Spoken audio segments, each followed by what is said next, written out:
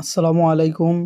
আমরা সকাল সকাল খামারের কাজ শেষ করে পেঁয়াজ লাগাতে যাচ্ছিলাম। আমরা সকালে সাগর মামাকে বলেছিলাম, পরে কিছুক্ষণের মধ্যেই সাগর মামা চলে আসলো। আসার পর আমরা যাচ্ছি পেঁয়াজ লাগানোর জন্য। কিছুক্ষণের মধ্যে জমিতে চলে আসলাম। জমিতে এসে দেখি কিছু পরিমাণ আগাছা ছিল। ৩-৪ জন মিলে আগাছা পরিষ্কার করছিলাম। ভাইরা সবাই মিলে একদিকে পরিষ্কার করছিল, আমি অন্যদিকে এসে বীজ গোলানোর জন্য প্রস্তুত করছিলাম। এই জমিটা ছিল ২-৩ কাঠার মতন। অর্ধেক পরিষ্কার করার পর আমরা বীজ দিচ্ছিলাম। আরও অর্ধেক ছিল, ওই অর্ধেক বড় ভাই পরিষ্কার করছিল।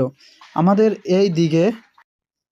এই দিকে পেঁয়াজ লাগানোর জন্য পানি নেমে যাওয়ার পর হালকা জো যাতে পোঁতা যায় এইরকম জো হলে পারে আমরা পেঁয়াজ লাগানো হয়।